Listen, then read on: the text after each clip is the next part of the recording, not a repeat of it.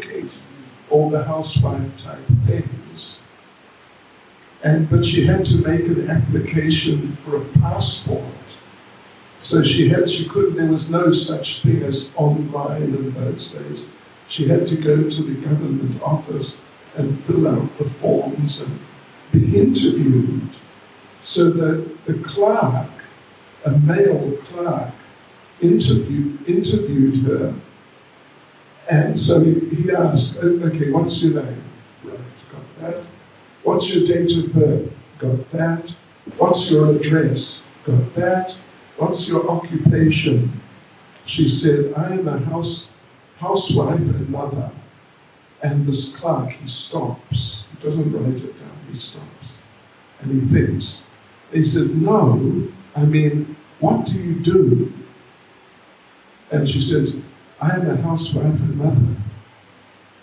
And the man is still stumped. He doesn't know what to write. He says, no, I mean, what's your occupation? And she says, I am a housewife and mother. And he doesn't know what to do. And he says, oh, I understand. You are unemployed. Which is another no-no. And so she got frustrated and she just walked out in the middle of the interview. But she needed the passport, so she came back. But this time she was ready. So, okay, what's your name? Got that. What's your date of birth? Got that. What's your address? Got that. What's your occupation? You know what she said?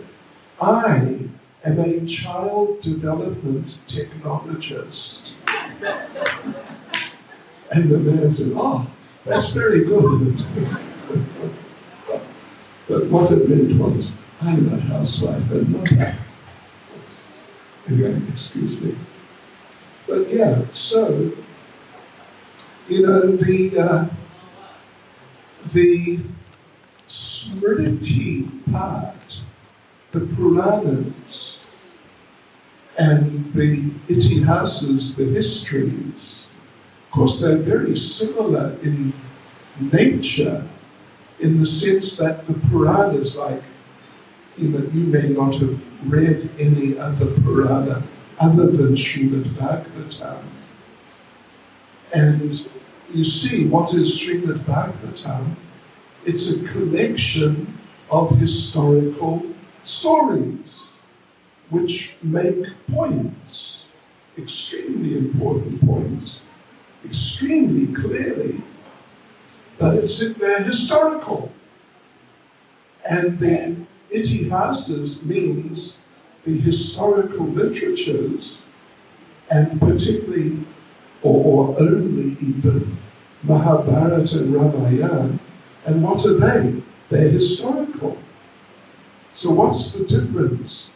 The difference is that the Puranas, they have many short stories, different short stories, making different points. Like we see in the Bhagavatam, 6th canto, story of Ajamil. Then there's the story of Chitraketu, who becomes Vritrasura. And then we go to the 7th canto, and it's the story of Prahlad Nrsingadev, Hiranyakashipu, and so on and so forth. You get these they're historical stories, but there's a whole lot of them, quite a number. Whereas Mahabharata is just one story.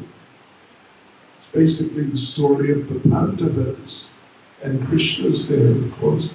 And Ramayana is just the story of Lord Rama.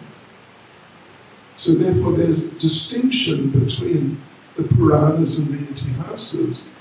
But just like we see in Bhagavad Gita, Bhagavad Gita is presented by Lord Krishna to convince, and specifically to convince Arjuna. And like we were saying, it does. In the beginning, you know, Arjuna's in the state of confusion. with sort of typical material ideas dominating his thinking. But then by chapter 10, or when you get into chapter 10, he's convinced, he's accepted. And he tells Krishna, what is it like? Anyway, somewhere there, that your words are just like nectar. And my ears, that they become, your words have become nectar for my ears. And I just want to hear more and just drink the nectar of your words and just relish it so much. Means he's completely accepted, completely convinced. So, like that is there. Whereas, a subtle message. Oh, okay. It's some questions. If anyone's got more questions, we've still got a little time. Right, but, the problem with Shruti, I mean, there are many problems, but one of the problems is, like the Upanishads, they're so kind of abstruse in the way they present things that if you don't understand the basic idea to start off with, in many cases you're not really going to learn it. You need to know first, and then, like Vedanta Sutra, of course, in a sense it's part of the Smriti, but it is Upanishadic in nature. It has the same nature as the actual Upanishads, which are talking about the absolute truth, but generally in quite impersonal terms.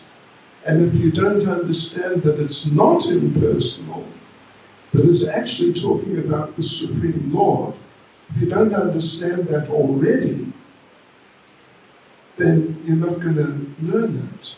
You have to understand it first.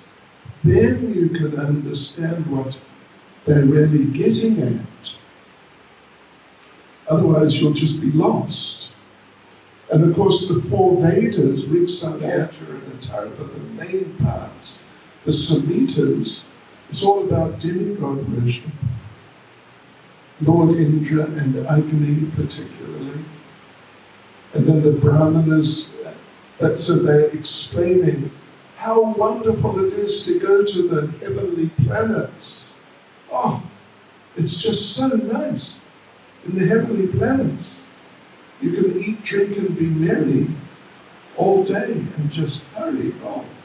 Well, not Haribol actually, but all glories to Lord Indra and Agni, like that. And then the Brahmanas and Aranyakas explain the sacrifices, the processes for achieving those heavenly planets. And then the Upanishads explain, sort of give a philosophical type of purport to some degree, but they're generally quite impersonal. And if you don't know that the absolute truth is ultimately the Supreme Lord already before you read the Upanishads, you'll think that the absolute truth is impersonal. Yes, so, interesting thing, in Srila Jiva Goswami and Tattva Sandarbha, I wouldn't really recommend reading it unless you've read all of Prabhupada's books, and maybe a couple of times, or 3 times, or something like that. Then you could read Tattva Sandarbha and you'll be able to manage it. Tattva Sandarbha, Srila Jiva Goswami is exploring the subject of, if we want to understand the absolute truth, what should we read? Should we read the 4 Vedas? Or what should we read if we want to get knowledge of the absolute truth? Of course, his conclusion is we must read Srimad Bhagavatam. But in order to get to that point, he studies various other of the Vedic literatures and concludes like the 4 Vedas. No, not the 4 Vedas. And what about Mahabharata? Well, it's a lot better than the 4 Vedas, but not really the Mahabharata. It's not the best. Even Bhagavad Gita is not exactly the best.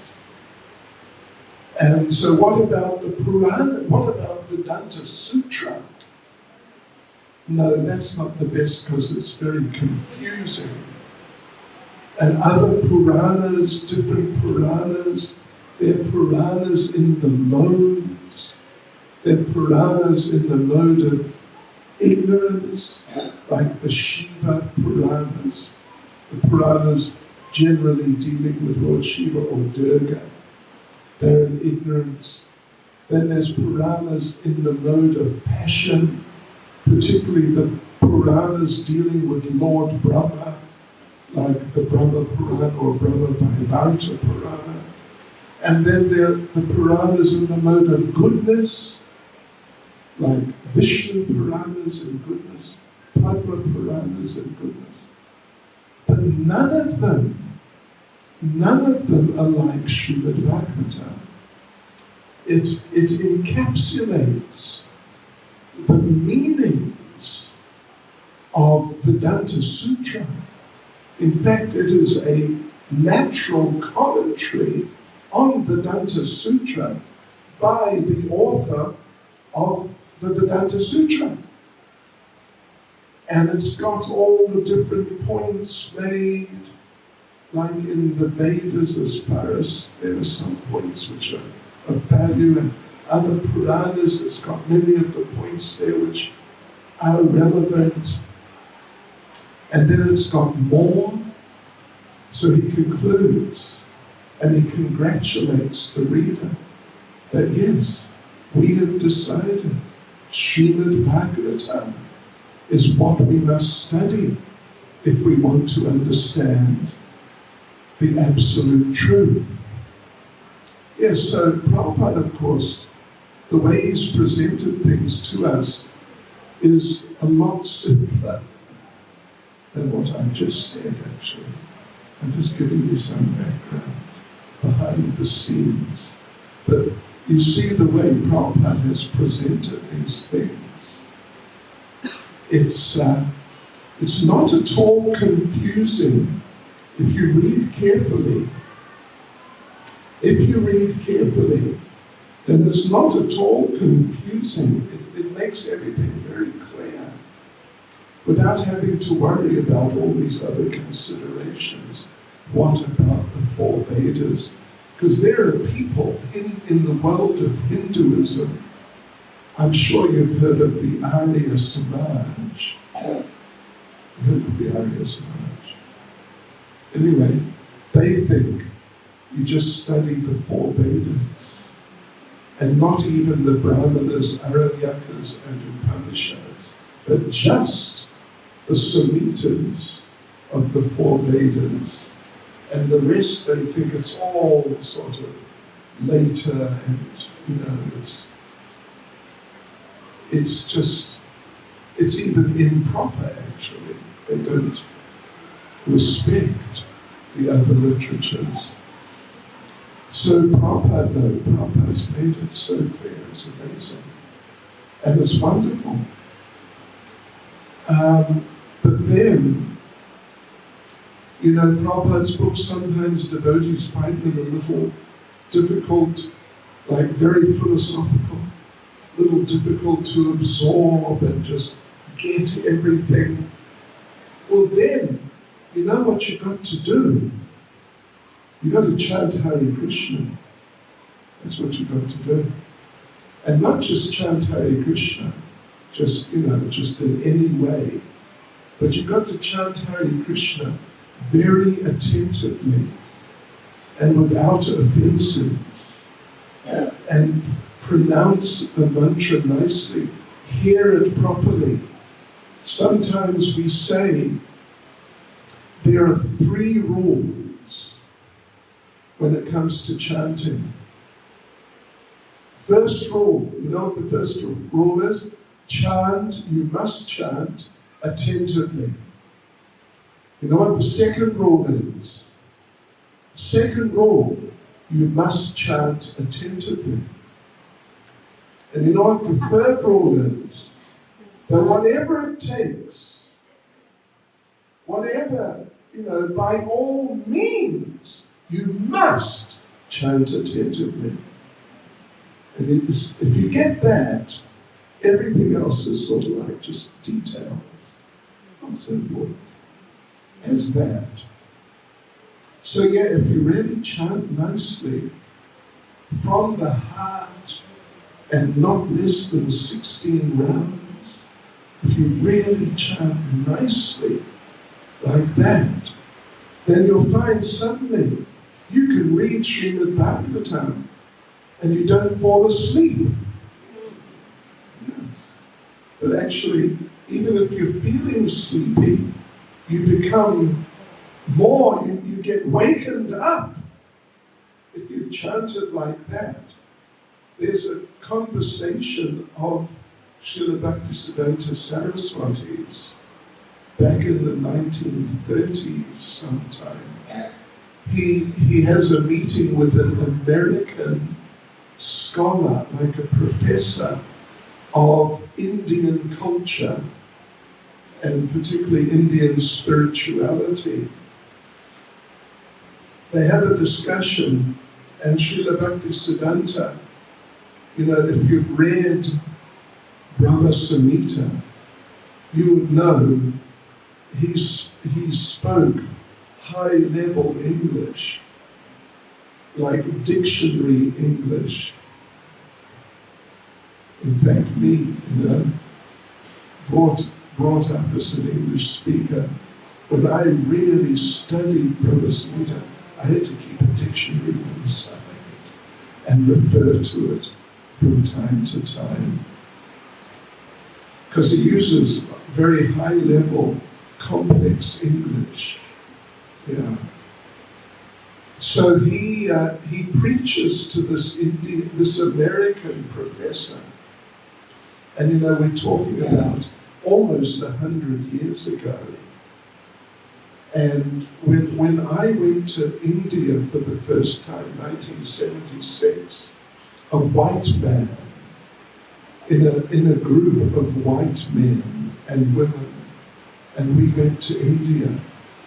And I remember being outside the Howrah railway station, and a crowd of local people gathered and just looked at us like. And if you catch someone staring at you, staring at people is kind of like bad manners. If you catch someone staring at you and you look at them, normally they realize, oh, I'm staring at them, they look away. But these people didn't look away. They just kept staring and staring.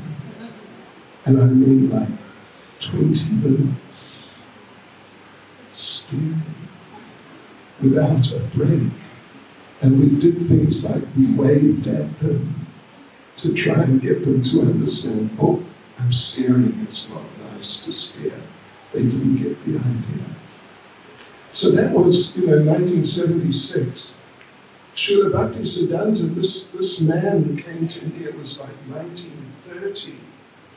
the situation, the Indian people were much less exposed to Westerners and Western culture, if you want to call it culture. So anyway, Srila Bhaktisiddhanta explains to him about the Das avatar, like a complex, very complex explanation about the Das avatar. And by the time Srila Bhaktisiddhanta has finished, the man is like, he can't believe it, doesn't know what's going on. And Srila Bhaktisiddhanta says to him, words to the effect, what do you think of my explanation? Is that okay? And the man, who's bewildered, he says, I'll have to think about it. And Srila Bhaktisiddhanta says to him, in effect, no, don't think about it. With your materialistic mind, don't think about it, because you'll just confuse yourself further. So what to do? Hear about it. Hear about it from devotees. Then there'll be two benefits. One is, if devotees explain it to you, you'll get the right information. That's the first thing. Not just what you speculate in your little materialistic mind. But secondly, there is a certain Shakti, there's a certain power in the words of the devotees when they explain even complex things. There's a certain Shakti, certain power, which will give you intelligence, and suddenly you find, oh, I'm understanding that. Whereas if you just tried to read the book or think about it, you wouldn't really get it. So that's what Srila Bhaktisiddhanta said. Don't think about it. Hear about it from devotees. And then you'll benefit. And then it'll become clear. And it'll really help you. I think what I'll do now, is it all right? Are you all right? Have you survived my little class so far? Are you still alive? You look bored. Are you bored, young man? Okay, what now? I'll have a look at some of these questions. And if anyone else has a question, well, you could always put your hand up even, but I don't know where the paper and the pen is, or there it is. So if anyone wants, there's Gaura Chandra Prabhu. He's got the paper and the pen. To what extent a devotee can have material comfort while practicing Krishna consciousness? Do we need to renounce material comfort? You know, the principle is, and it's a very good question, very relevant and important, I'm sure. The principle is that not that we just want to become as austere as possible. Like really, really austere. Like, I am not this body, and you are not your body. Your body needs to eat, but you are not your body. So you don't need to eat. How's that? Good philosophy? Yes. Stop eating. Your body needs to sleep, but you're not your body. You don't need to sleep. Just think. Maharaj Parikshit, Shukadev Goswami, 7 days, 7 nights They didn't eat. They didn't sleep. And our process is Mahajana Yena Gata Sapanta, following the footsteps of the great devotees. So, how does that sound? No eating, no sleeping. Good idea? Not a good idea. I thought it was a good idea. So the thing is, we have these material bodies, and we're not these material bodies. They're just like machines, which we are forced to use unavoidably. But when you have a machine, like when you have a car, I suppose the majority of everyone here came by car. So you're not your car. You don't need to dedicate your life to your car. Spend the whole day cleaning your car or getting fancy decorations for your car. But you've got to keep your car running. You've got to check the oil, see you've got enough petrol, etc., these types of things. Keep it clean. That's what you're going to do. So, yeah, but just do it, in a simple way. Don't get extravagant. First of all, don't get an extravagant car. Who needs a Rolls Royce? Or, there are other even more expensive cars nowadays. You don't need it. You just need something to get from A to B. But that doesn't mean just get the cheapest car you can find. Some antique Mini from the 1950s or something like that. In Russia, there's a saying, I am not so rich that I can afford a cheap car. What do you think of that? I am not so rich that I can afford a cheap car. Because a cheap car is going to be breaking down on you all the time. If it's really a cheap car. And it's going to be a problem. So just get a decent car. As you're able to afford, but something which can perform the function. That's all. Doesn't have to be a Mercedes-Benz, and doesn't have to be a Rolls-Royce for sure. So, yeah, that's the idea. That we have to keep these bodies, these machines alive.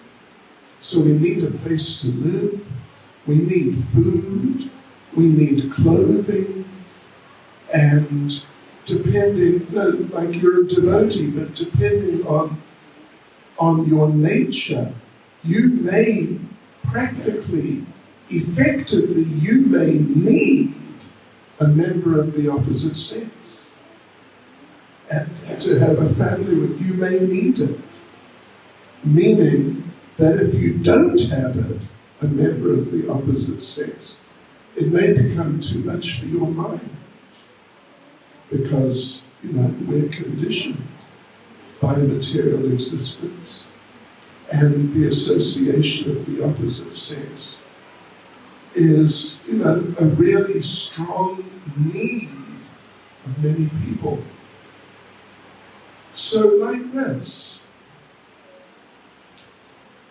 we have to be able to live nicely in Krishna consciousness. Here's a practical example. Some devotees think that on Ekadasi we should not eat at all and not drink. If you can manage it without sort of running out of strength and, becoming dysfunctional, okay, that's all right. But most people need to eat something and drink something to keep the body working. And Ekadasi means we're meant to really focus on our Krishna consciousness. But if you're falling asleep because you haven't eaten, that's impractical. so better to eat something. Prabhupada never fasted on Ekadasi. He often didn't take breakfast, but he always took lunch on Ekadasi. Yeah. Because the idea is not just how much can we deny ourselves, but the point is how much can we absorb ourselves in Krishna consciousness, and what one person needs to be absorbed may be different from what another person needs to be absorbed in Krishna consciousness. Okay, here's another question. Shruti or Smriti is more important? Which one is more important, Shruti or Smriti? Means the four Vedas and the literatures directly connected with them, or the Smriti means like, well, in our cases particularly, Bhagavad Gita, Srimad Bhagavatam, Chaitanya Charitamrita. So for us, the Smriti is definitely more important, and particularly these literatures I just mentioned, which are part of the Smriti. When a person chants and is attached to chanting, but does not read much, is it okay? It's a little sort of an imbalance. If you really chant nicely, you'll find you become attracted to reading, and you'll be able to understand what you read.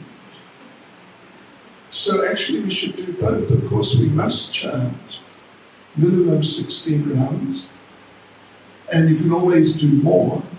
But Prabhupada actually encouraged, once you've finished your 16 rounds, if you've got some service, do your service. If you've finished your service and you've finished your rounds, read. Prabhupada wanted us to read like half an hour a day is kind of a healthy standard. An hour a day is good if you've got the time.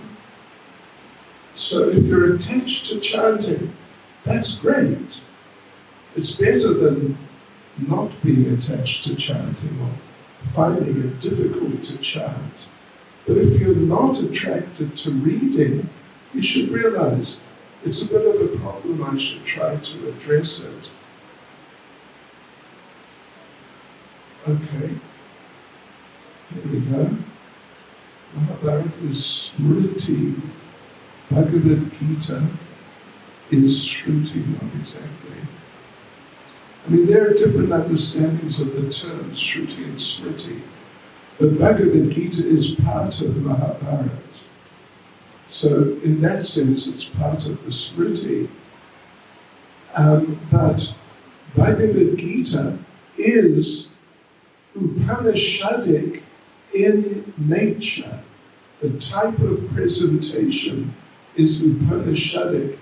Therefore, Prabhupada often refers to Bhagavad Gita as the Gita Upanishad. Quite often, the Gita Upanishad, because it's Upanishadic in nature. Yeah. So the fact that it's the Word of God doesn't necessarily mean it's Shruti. Srimad Bhagavatam is Smriti. It's part of the Puranas, and the Lord says so much in different forms in Srimad Bhagavatam. So, without complicating things too much, I encourage people to consider the four Vedas and their immediate corollaries. It means the Brahmanas, Aranyakas, and Upanishads. Just say they're Shruti. And the Puranas and Itihasas particularly, and the Smriti, like Dharma Shastras, they're Smriti. And, we don't have to get into it so much. We don't need to, unless you're sort of taking a scholarly type of approach.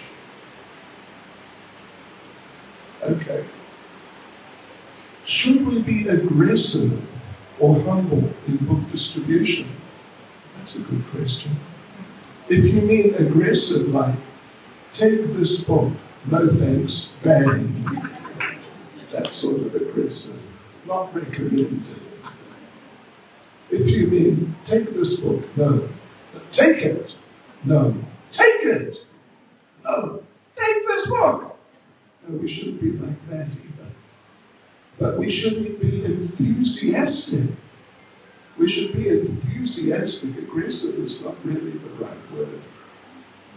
Although Prabhupada said, one thing Prabhupada said about book distribution, about ladies distributing books, and just in their lives in general, Prabhupada said, the ladies should be like lions in the street. Really. Go for it. Try and preach and distribute the books, but like lambs at home. At home, if you're living at home or if you're living in a temple, very humble and like that. What do you think, ladies? I'll leave it with you. I'll leave that with you. But in general, we should be not aggressive, aggressive is not the right word, but enthusiastic in preaching, in book distribution, in dealing with the public, when the public see that we as the practitioners, we really like it. And it's not like, take this book, all right. And they ask, did you read it? What's it about? You say, I don't know, I didn't read it. That's not how we should be. We should read the books first. And then, if we read them nicely and chant nicely, we'll be enthusiastic to distribute them. And so when people say, no, I don't want it, we'll be able to nicely respond and get them, to take the book without being aggressive, like pushing them or forcing them. I don't know. Is it wrong to have expectations from the dear ones? I don't know. Who's the dear ones? It depends who the dear ones are. But if the dear ones are, for example, your parents, then, and it depends what you mean by expectations, but if from your parents, having been around for a while, I know many devotees, but I know many who, when they first became devotees, they went home and they told their parents, listen, Mum and Dad, Amma and Appa, listen to me, all right. I've got this Krishna consciousness, it's great. And I want you to become Krishna conscious. All right. And parents are in shock. Not like that.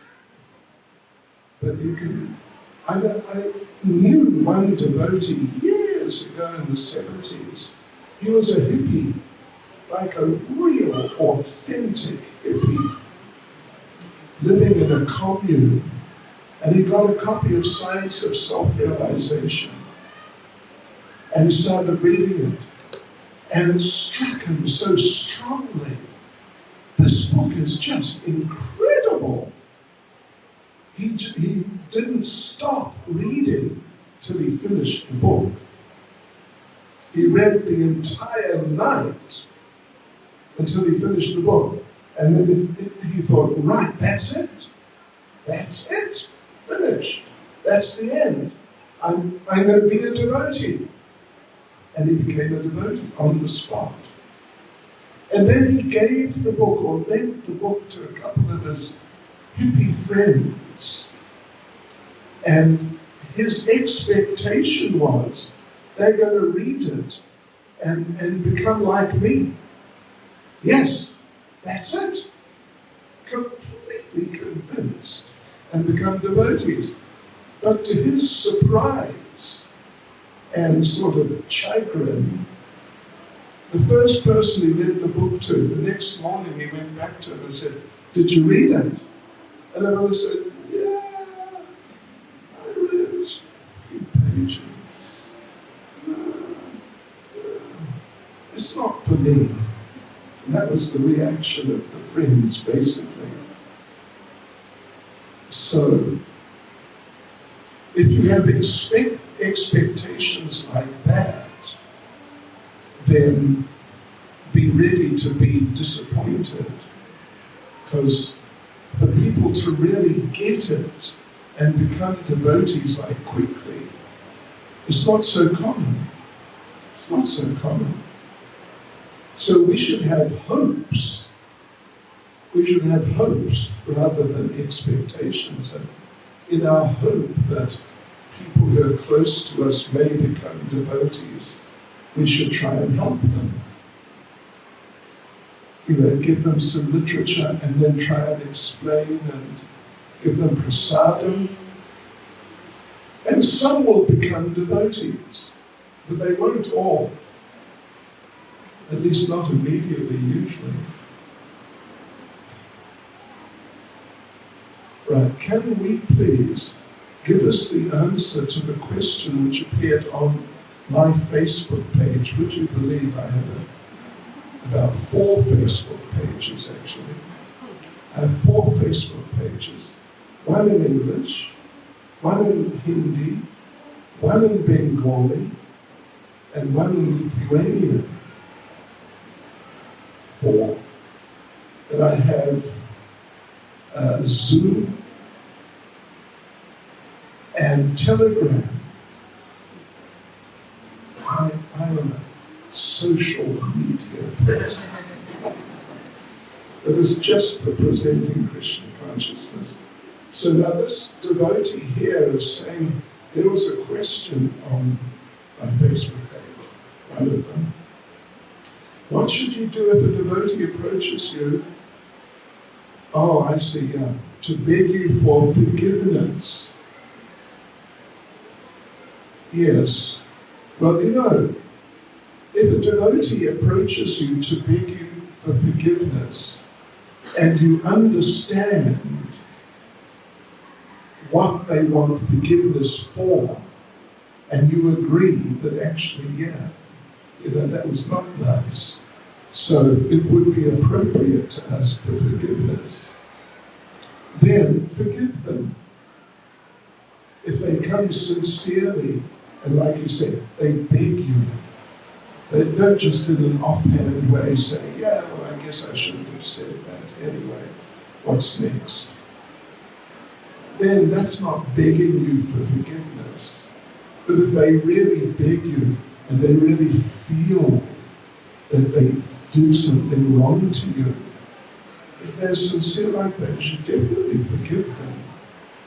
Devotees are not people, or like you could say, real devotees. Of course, there are degrees of realness of devotees, but real devotees, they don't blame, they don't hold grudges. They don't do that. Like, I don't know if you're aware, but in the Govardhan Leela, Lord Indra eventually gets the idea that, oh, I offended Krishna. Oh my Lord. I offended Krishna, the Brijbasis, the cows, I offended them. Oh my God, what have I done? So he came to Krishna first and begged forgiveness. At Govardhan Hill, Krishna was walking on Govardhan Hill, just near Surabhi Kund, if you know where that is. just up on the hill, surveying the damage from the storm. And Lord Indra came, put the Surabi cow in front, and approached Krishna to apologize. And then he fell on Krishna's feet and he was crying tears on Krishna's lotus feet and just apologizing and begging forgiveness. And you know what Krishna did? Krishna picked him up and said, you didn't make any offense. I made offense by stopping your Indra Puja. That was my offense. I want to apologize to you for that. Maybe you were not aware of that, but it's in either Gopal Champu or Nanda Vrindavan Champu. Yeah, Krishna told him, no, you haven't done anything wrong. It was me. I committed offense. So devotees are like that. If someone offends you, if someone tells you, you are, let's just say, you are a nonsense. You're a real nonsense. Or words to that effect, maybe in more colourful language perhaps. You're a real nonsense. Then if you're humble, then you should tell them that actually, I am such a nonsense. You're saying I'm a nonsense. You don't understand how much of a nonsense I am. I'm much more of a nonsense than you think I am. Yeah. In fact, you say I'm a nonsense, you're practically glorifying me. Because I'm such a nonsense, I'm too much of a nonsense. You haven't got